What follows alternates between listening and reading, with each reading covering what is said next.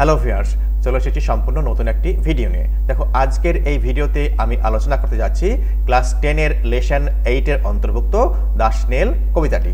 দেখো, কবিতাটি লিখেছেন উইলিয়াম কাউপার। দেখো, কবিতায় প্রবেশের পূর্বে চলো কবি উইলিয়াম কাউপার সম্পর্কে আমরা দুই এক কথা কিন্তু জেনে নিই। দেখো, উইলিয়াম কাউপার 1731 সালে জন্মেছিলেন এবং মারা যান 1800 সালে। দেখো, উইলিয়াম কাউপার কিন্তু তার সময়কার একজন কিন্তু খুব জনপ্রিয় কবি ছিলেন। তার লেখার বিষয়বস্তুই ছিল কিন্তু কি তো ইংল্যান্ডের যে গ্রাম্য জনজীবন এবং সেখানকার বসবাসকারী মানুষদের দৈনন্দিন কার্যকলাপ নিয়ে। ঠিক আছে, দেখো আর হচ্ছে কবিতা দ্য স্নেল। এই স্নেল কবিতায় উনি কিন্তু একটা শামুককে খুব পুঙ্খানুপুঙ্খ পর্যবেক্ষণ করার পর তার যে রিয়ালাইজেশন বা উপলব্ধি তিনি কিন্তু তার কাব্যিক চোখে আমাদের সামনে কিন্তু উপস্থাপন করেছেন। চলো এবার লাইন বাই লাইন কিন্তু আমরা টেক্সটের মানে জেনে নিই।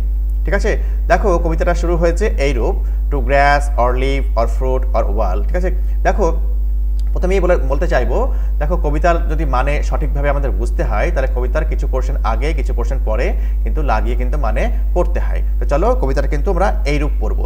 দেখো, যদি আমরা প্রথমে সেকেন্ড লাইনটা পড়ি, দ্য স্নেল স্টিক্স ক্লোজ।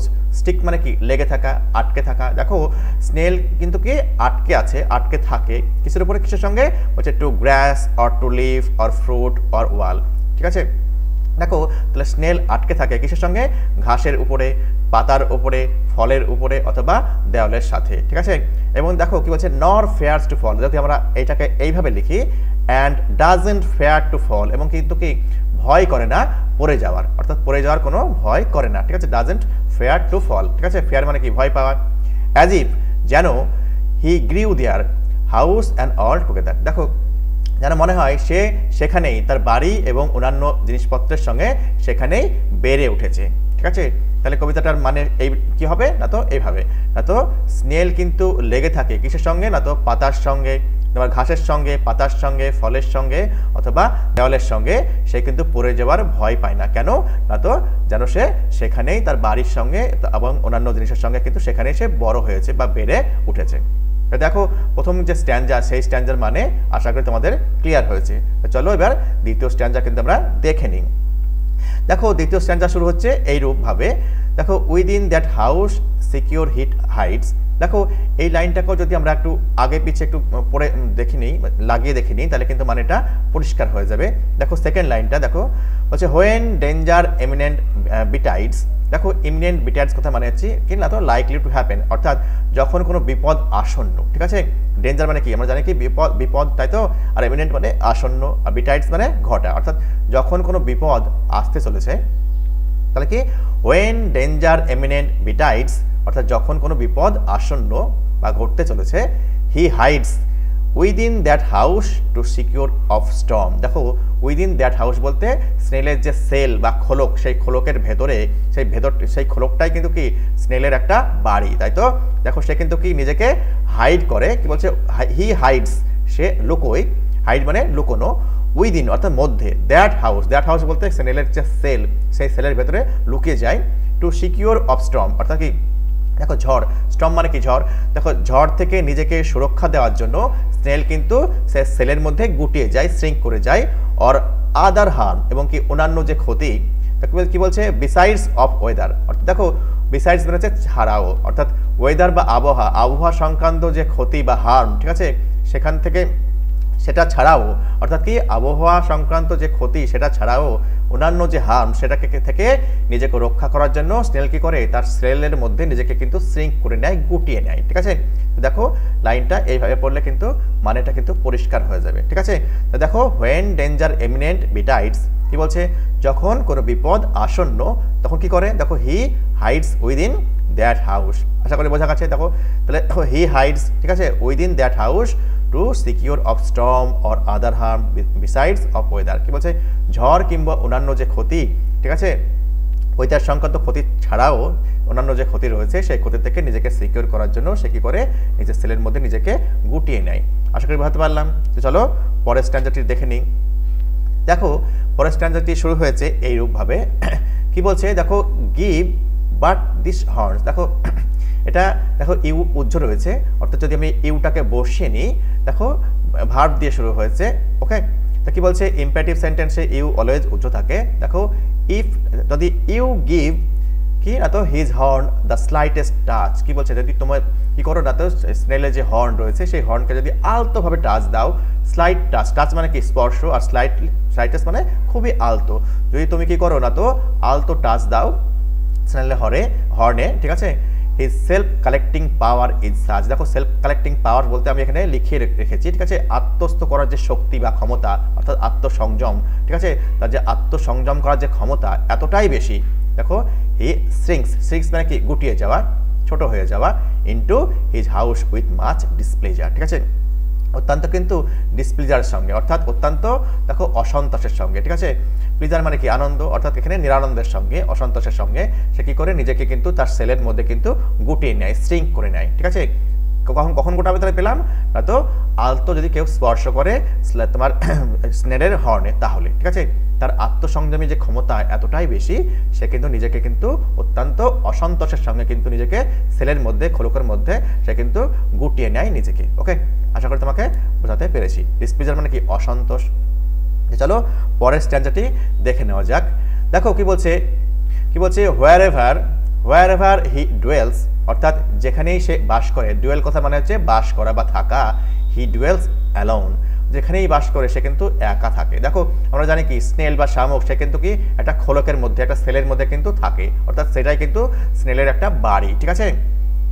দেখো হোয়ার এভার হি ডুয়েলস অ্যালোন, কি বলছে যেখানেই সে থাকে সে কিন্তু একা বাস করে, ডুয়েল কথা মানে হচ্ছে বাস করা, ঠিক আছে, লিভ করা, ঠিক আছে, এক্সেপ্ট হিমসেলফ হ্যাজ চ্যাটেলস নান, দেখো চ্যাটেলস কথা মানে হচ্ছে পার্সোনাল বিলঙ্গিংস, অর্থাৎ কি ব্যক্তিগত সম্পত্তি। দেখো নিজে ছাড়া কিন্তু ওখানে কিন্তু কোনো ব্যক্তিগত সম্পত্তি কিন্তু থাকে না, ঠিক আছে, তাহলে হি হ্যাজ নো চ্যাটেলস বলতে পারি। দেখো নানটাকে আমরা আগে বসিয়ে নিয়ে নো করে নিতে পারি। দেখো এক্সেপ্ট হিমসেলফ কি বলছে হ্যাজ নো চ্যাটেলস, অর্থাৎ কিন্তু কোনো পার্সোনাল বিলঙ্গিংস নেই, অর্থাৎ নিজে ছাড়া কিন্তু ব্যক্তিগত আর অন্য কোনো কিন্তু সম্পত্তি নেই, অর্থাৎ নিজেই একা কিন্তু সেলের মধ্যে থাকে, সে কিন্তু চাইলেও কিন্তু পারবে না, তাই তো।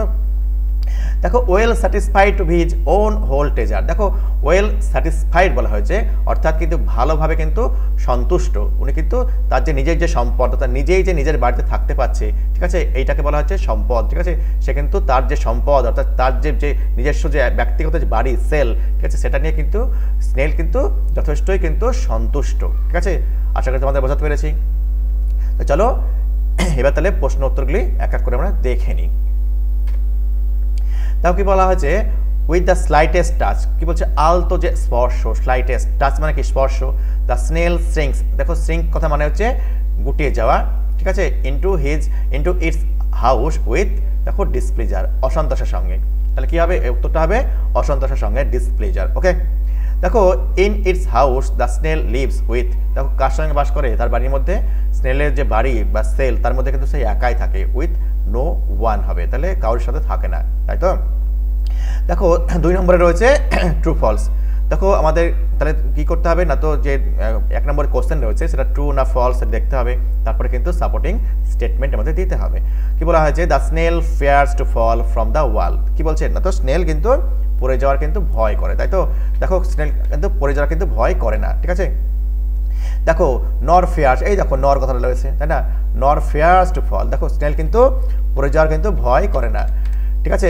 তাহলে আমরা কি পেলাম, এটা কিন্তু ফলস হবে, আশা করি বোঝা গেছে। তাহলে দেখো সাপোর্টিং সেন্টেন্স কি, to grass or to leaf or fruit or wall the snail sticks close nor fears to fall, দেখো শুধু যদি আমি নর ফেয়ার্স টু ফল লিখতাম তাহলেও কিন্তু এটা সাপোর্টিং সেন্টেন্স ঠিকঠাক হতো। ওকে, তাহলে পরের কোশ্চেনটি দেখে নেওয়া যাক।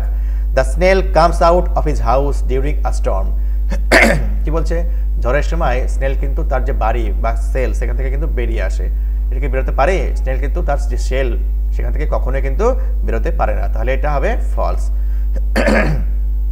সাপোর্টিং সেন্টেন্স কি হবে না তো within that house secure he hides, অর্থাৎ তার যে বাড়ি তার বাড়ির মধ্যে নিরাপদে কিন্তু সে লুকিয়ে পড়ে। When danger imminent betides of storm, দেখো যখন বিপদ কোনো আসন্ন হয়, ঠিক আছে, অফ স্টর্ম থেকে ঝড়ের, ঝড় থেকে কোনো যদি বিপদ আসে কিংবা ওয়েদার থেকে কোনো বিপদ আসে বা ওয়েদার ছাড়াও যদি অন্য কোনো বিপদ আসে সেকে কিন্তু নিজের বাড়ির মধ্যে লুকিয়ে যায়, গুটিয়ে পড়ে। ওকে, বা ঢুকে যায়। নেক্সট বলছে দেখো answer the following questions. What does the snail usually stick itself to, দেখো স্নেল বা শামুক কিসের সঙ্গে লেগে থাকে, একটু আগেই পেলাম কি না তো টু লিভ, টু গ্রাস, ঠিক আছে, টু ওয়াল, এসবগুলো পেলাম, ঠিক আছে, to grass, leaf, fruit, wall, snail, wall, এগুলো। তা কি বলা হয়েছে, দ্য স্নেল ইউজুয়ালি স্টিক্স, প্রায় লেগে থাকে ইটসেলফ নিজে, কোথায়, এত টু গ্রাস ঘাসের সাথে, অর লিভ পাতার সঙ্গে, অর ফ্রুট ফলের সঙ্গে, অর ওয়াল কোনো দেওয়ালের সাথে। ওকে, আশা করি বোঝাতে পারলাম। দেখো কোশ্চেন দিকে খেয়াল করো, কোশ্চেনটা থেকেই কিন্তু আমি উত্তর কিন্তু লিখতে পারবো। দ্য স্নেল ইউজুয়ালি, দেখো স্টিক্স করেছি কেন, দেখো ডাজ রয়েছে, এটা থার্ড পারসন ছিল নাম্বার প্রেজেন্ট টেন্স লিখলে আমরা জানি কি ভার্বের সঙ্গে এস কিংবা ইএস যুক্ত হয়, তার ডাজ রয়েছে, তাই তো স্নেল হচ্ছে থার্ড পারসন সিঙ্গুলার নাম্বার, এক বচনকে বলা হয়েছে, তাই স্টিকের সঙ্গে আমরা এস লাগাতে হবে, ঠিক আছে। দ্য স্নেল স্টিক্স, ঠিক আছে, ইটসেলফ, দেখো ইটসেলফের পরে টু অবধি দেখো লেখাই রয়েছে এতটুকু, ঠিক আছে। তারপরে কি লিখেছি না তো গ্রাস, লিভ, ফ্রুট অর ওয়াল, দেখো এই পোর্শনটাকে আমি অ্যাড করেছি। দেখো তাহলে উত্তরটা কমপ্লিট হয়ে গেছে। নতুন কি কিছু লাগাতে হয়েছে? কিচ্ছু লাগাতে হয়নি। চলো বি নম্বরের কোশ্চেনটি দেখে নেওয়া যাক। কি বলছে, what makes the snail well satisfied, দেখো স্নেলকে ওয়েল স্যাটিসফাইড কি করেছে, দেখো the self sufficient nature of snail with no one for anything, কি বলছে না তো সেলফ সাফিসিয়েন্ট নেচার, যে যে তোমার সন্তুষ্টি যে প্রকৃতি স্নেলের, ঠিক আছে, উইথ নো ওয়ান অর্থাৎ কি কোনো চাহিদা নেই, কোনো চাওয়া নেই, ঠিক আছে, ফর এনিথিং কোনো কিছুর জন্য চাহিদা নেই, চাওয়া নেই। দেখো makes the snail well satisfied, আশা করি উত্তরটা পেয়ে গেছো।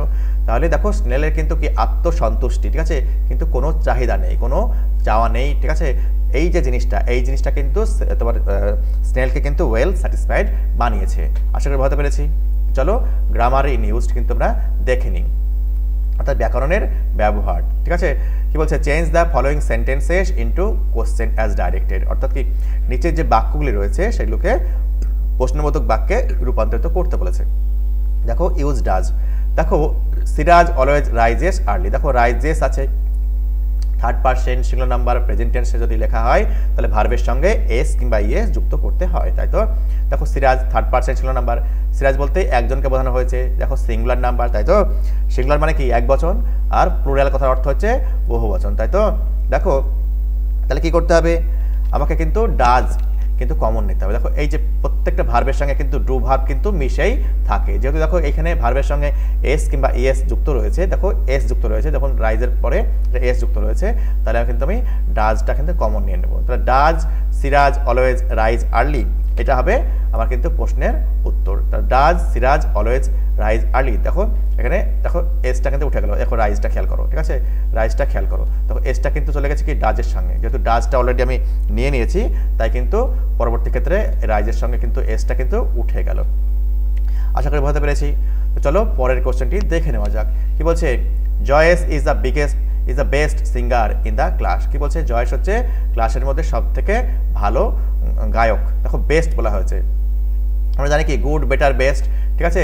দেখো গুড বেটার বেস্ট, দেখো সুপারলেটিভ ডিগ্রির আগে কিন্তু THE এই কথাটা কিন্তু যুক্ত হয়, ঠিক আছে, THE এই কথাটা কিন্তু যুক্ত হয়, অর্থাৎ দা, ঠিক আছে। দেখো THE উচ্চারণ কিন্তু দিও হয়, দাও হয়, কখন হয়, তো ভায়োলের আগে, দেখো AEIOU এই পাঁচটা জানি ভায়োল, তাই তো ভায়োলের আগে যদি THE বসে তাহলে কিন্তু উচ্চারণ দি হবে, এবং কনসোনেন্টের আগে THE যদি বসে তাহলে উচ্চারণ দা হবে, তোমরা কিন্তু জেনে নিও, ঠিক আছে, এটা কিন্তু মনে রেখো। দেখো Joyce is the best singer in the class, কি বলছে, জয়েস হচ্ছে ক্লাসের মধ্যে সব থেকে ভালো গায়ক, তার কি বলা হয়েছে, হু দিয়ে কিন্তু কোশ্চেন করা হয়েছে, করতে বলেছে, ঠিক আছে। তাহলে জয়েসটাকে আমরা উঠিয়ে দেবো, তাহলে who is the best singer in the class, এটা কিন্তু প্রশ্ন হবে। আশা করি বলতে পারলাম। চলো পরের কোশ্চেনটি দেখে নেওয়া যাক। হি স দ্য রেনবো, দেখো সি এর পাস্ট ফর্ম স, তাই তো, দেখো সি স সিন আমরা জানি, দেখো হি স দ্য রেনবো, কি বলেছে, ইন্টারোগেটিভ সেন্টেন্স ইউজিং ডিড, দেখো ডিড এই কথাটা ব্যবহার করে আমাকে কিন্তু প্রশ্নবোধক বাক্যে কিন্তু রূপান্তর করতে হবে। দেখো এই যে স, আমরা জানি কি প্রত্যেক ভার্বের সঙ্গে কিন্তু ডু ভার্ব কিন্তু মিশেই থাকে, যেহেতু স পাস্টে রয়েছে তাই কিন্তু আমি ডিডটা কিন্তু আগে নেব, তাহলে ডিড হি সি হয়ে যাবে, did he see the rainbow, ঠিক আছে। দেখো ডিড হি সি, দেখো ডিড প্লাস সি ইকুয়াল কিন্তু স, ঠিক আছে, ডিড যুক্ত সি ইকুয়াল কিন্তু ভার্ব স ছিল, ওকে। তাই দেখো প্রথমে ডিডটা আমি পাস্টে রেখেছি, তাই পরের ভার্বটি কিন্তু অলওয়েজ কিন্তু প্রেজেন্টে হবে, এটা কিন্তু পাস্টে কিন্তু হবে না, তাহলে কিন্তু ভুল হয়ে যাবে। তাহলে did he see the rainbow, আশা করি বলতে পারলাম। তো চলো পরের কোশ্চেনটি দেখে নেওয়া যাক, ওকে। কি বলছে, I go to school by bus, দেখো আই বলা হয়েছে, দেখো কি বলেছে, ইনফরমেশন কোশ্চেন ইউজিং হাউ। দেখো হাউ এই কথাটা ব্যবহার করে, অর্থাৎ এই WH ব্যবহার করে, হাউটা হচ্ছে WH শব্দ, ঠিক আছে। দেখো হাউ এই WHটি ব্যবহার করে পরে যে কোশ্চেনটি আমাকে কিন্তু ফ্রেম করতে হবে, অর্থাৎ তৈরি করতে হবে, ঠিক আছে। I go to school by bus. দেখো কি না, তো ইউকে কোশ্চেন করলে কিন্তু আই অ্যান্সার দেয়, তাহলে কিন্তু আমাকে ইউকে কোশ্চেন করে কিন্তু করতে হবে। তাহলে how do you go to school, ঠিক আছে, আমাকে এই কোশ্চেন কিন্তু করতে হবে, how do you go to school. দেখো আমি ইউকে কোশ্চেন করেছি, ঠিক আছে, ইউকে কোশ্চেন করলে আই কিন্তু অ্যান্সার দিবে, ঠিক আছে। তুমি কি করে স্কুলে যাও, তাহলে উত্তর দেবে কি I go to school by bus, ঠিক আছে। কিন্তু আইকে প্রশ্ন করলে তবে কিন্তু, ইউকে প্রশ্ন করলে তবে কিন্তু আই কিন্তু অ্যান্সার দেবে, এটা কিন্তু মনে রেখো। আমি বললাম কি তোমার নাম কি, তুমি কিন্তু উত্তরে কি বলবা, আমার নাম অমুক। দেখো ইউকে আমি কোশ্চেন করেছি, ইউ মানে কি তুমি, তোমার নাম কি, তখন কিন্তু তুমি বলছো আমার নাম অমুক, তাই তো। তাহলে ইউকে প্রশ্ন করলে সবসময় কিন্তু আই অ্যান্সার দেয়, এটা কিন্তু অবশ্যই মনে রেখো। তো চলো পরের কোশ্চেন দেখে নেওয়া যাক। দেখো পরের যে অ্যাক্টিভিটি রয়েছে সেটা হচ্ছে একটা রাইটিং। কি বলছে না, তো রাইট আ লেটার উইদিন 100 ওয়ার্ডস। দেখো 100 শব্দের মধ্যে একটা চিঠি লিখতে বলা হয়েছে, কাকে, তো to the editor of an English daily. অর্থাৎ দেখো ইংলিশ ডেইলি, দেখো ইংরেজি সংবাদপত্রের একটা সম্পাদককে, এডিটার মানে কি সম্পাদক, তাই তো। দেখো অ্যাবাউট কি সম্পর্কে, দেখো এই অ্যাবাউটের পরে ভালো করে বোঝো, দেখো কখনো কখনো অ্যাবাউটের পরে কখনো কখনো প্রিপোজিশন তোমার ON লেখা থাকে, তো তারপরে আমরা কি জানবো না, তো যে মেইন যে টপিক সেই টপিকটা কিন্তু দেওয়া থাকে, অর্থাৎ এটা কিন্তু সাবজেক্ট। দেখো অ্যাবাউটের পর থেকে, দেখো অ্যাবাউটের পর থেকে দেখো এই যে পরের যে পোর্শনটা, এই পোর্শনটা হচ্ছে সাবজেক্ট। দেখো চিঠি আমরা যখন লিখবো সেই চিঠির যে সাবজেক্ট, সেই সাবজেক্টটা কিন্তু কোশ্চেনেই দেওয়া থাকে, তার জন্য কিন্তু আমাদের খুব একটা চিন্তা ভাবনা করার প্রয়োজন নেই, শুধু একটু চিঠিটা ভালো করে রিড করলেই হবে কোন পোর্শনটা সাবজেক্ট হবে। দেখো প্রিপোজিশন অন থাকে, কিংবা দেখো অ্যাবাউটের পরের পোর্শনটা কিন্তু চিঠির সাবজেক্ট হবে, তোমরা কিন্তু অবশ্যই মনে রাখবে। আবার প্রিপোজিশন আবার ON অন লেখা থাকে, তারপরে কিন্তু চিঠির সাবজেক্ট দেওয়া থাকে। আশা করি বলতে পারলাম। তো চলো আমরা কিন্তু এবার চিঠিটা এক এক করে লিখে দেখি। দেখো কি বলছে, টু দ্য এডিটার, ঠিক আছে, দ্য টেলিগ্রাফ, দেখো কলকাতা 7,01,000। দেখো এই যে সাবজেক্ট, এই দেখো এই সাবজেক্টটা কিন্তু কোনো চিন্তা ভাবনা করতে হয়নি, দেখো অ্যাবাউটের পর থেকে দেখো ওই পোর্শনটুকু এখানে লেখা হয়েছে। দেখো সাবজেক্টের জন্য কিন্তু কোনো চিন্তা ভাবনা করার প্রয়োজন নাই, চিঠির কোশ্চেনে কিন্তু সাবজেক্টে দেওয়া থাকে, ঠিক আছে। দেখো সাবজেক্টটা পেয়ে গেছি। দেখো সংবাদপত্রের সম্পাদককে চিঠি লিখতে গেলে দেখো একটা জিনিস কিন্তু আমাদের কমন লিখতে হয়। দেখো এই যে এই কথাটা, through the columns of your esteem daily, ঠিক আছে, I would like to ventilate my views. দেখো অ্যাবাউটের পর থেকে কিন্তু দেখো আমি কিন্তু এই সাবজেক্টটাই এখানে লিখেছি। দেখো যে প্রথম যে পোর্শন, সেই পোর্শনটা লেখা কিন্তু কমপ্লিট হয়ে গেল। দেখো through the columns of your esteem daily বলছে, দেখো এই পোর্শনটা কিন্তু তোমাদের মেমোরাইজ করতে হবে, মুখস্থ করে রাখতে হবে, ঠিক আছে। আর দেখো এবার বডি অফ দ্য লেটারে চলো দেখা যাক। কি বলছে, নাও ডেজ, কি বলছে, তো it has become a trend. দেখো একটা ট্রেন্ড হয়ে গেছে to use loud speaker not only in every occasion but also out of occasion. বলছে প্রত্যেকটা অকেশনে যে লাউড স্পিকার ব্যবহার হয় এমনটা কিন্তু নয়। কি বলছে, আউট অফ দ্য অকেশনেও কিন্তু লাউড স্পিকার ব্যবহার একটা ট্রেন্ড হয়ে গেছে, প্রচলন হয়ে গেছে, ঠিক আছে। Young people use it without realising its consequences among masses. দেখো কি বলছে, ইয়াং পিপুলরা কিন্তু জনগণের মধ্যে এর যে খারাপ যে প্রভাব, কনসিকুয়েন্সেস, ঠিক আছে, যে ফল, ঠিক আছে, এর যে প্রভাবটা কি হবে এটা না রিয়ালাইজ করে, না উপলব্ধি করেই কিন্তু লাউড স্পিকার ব্যবহার করেন। দেখো loud speaker cause much disturbance. দেখো কি বলছে, মাচ ডিস্টারবেন্স। দেখো এই যে তোমার টপিকের উপর দেখো ডিস্টারবেন্স কথাটা কিন্তু ছিল ওখানে। দেখো তাহলে দেখো চিঠি লেখা কতটা সোজা। দেখো লাউড স্পিকার কজ, কি বলছে, speakers cause much disturbance to those who are students, যারা student preparing for their exam, যারা দেখো পরীক্ষার জন্য প্রস্তুত নিচ্ছে, তাদের কিন্তু প্রচণ্ড ক্ষতি হয়, ঠিক আছে। ইট টেক্স অ্যাওয়ে, দেখো কি বলছে, it takes away the concentration from studies, ঠিক আছে। দেখো পড়াশোনা থেকে তাদের যে মনোসংযোগ সেটা কিন্তু বিচ্ছিন্ন করে দেয়, নিয়ে চলে যায়। Our sleep is greatly disturbed by its use throughout the night resulting loss of vigour and vitality for the next day. দেখো কি বলছে, আমাদের যে ঘুম সেই ঘুমটাও কিন্তু নষ্ট হয় যদি লাউড স্পিকার সারা রাত ধরে বাজানো হয় তো, ঠিক আছে। তার ফলস্বরূপ কি হয়, পরের দিনের অর্থাৎ আগামী দিনের জন্য কিন্তু যে আমরা যে প্রাণ শক্তি সেটা কিন্তু আমরা পাই না, ঠিক আছে। দেখুন নেক্সট বলছে, pregnant women, patient and aged persons are the worst victim of loud speaker. দেখো লাউড স্পিকার ব্যবহারের ফলে গর্ভবতী মহিলারা, তারপরে রোগীরা এবং যারা বয়স্ক লোক রয়েছেন, বয়োজ্যেষ্ঠ লোক রয়েছেন বা সিনিয়র সিটিজেন্স রয়েছেন, তারা কিন্তু কি এরা তো লাউড স্পিকারে কিন্তু শিকার হন, ঠিক আছে।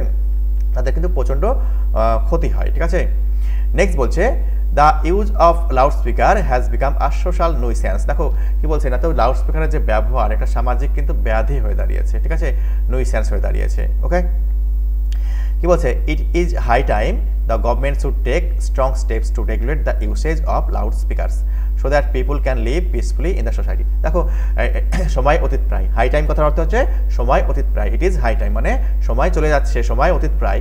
তো গভর্নমেন্টের উচিত কি না, তো স্ট্রং স্টেপস নেওয়া উচিত, বোল্ড স্টেপস নেওয়া উচিত, এফেক্টিভ স্টেপস নেওয়া উচিত, যাতে করে নাকি লাউড স্পিকারের ব্যবহারটাকে একটু রেগুলেট করা যায়, নিয়ন্ত্রণ করা যায়। ঠিক আছে, যাতে করে নাকি সমাজে তোমার মানুষজন একটু পিসফুলি বাস করতে পারে। ঠিক আছে, নেক্সট হচ্ছে ইয়োর্স ফেথফুলি, তারপর তোমার নাম দিয়ে দেবে, ব্যাস এতটুকু লিখলেই কিন্তু যথেষ্ট। ঠিক আছে, দেখো যদি ভিডিওতে তোমাদের ভালো লেগে থাকে একটা লাইক দিও, কমেন্ট করো এবং বন্ধুদের সঙ্গে শেয়ার করো। ঠিক আছে, ভালো থেকো, সুস্থ থেকো।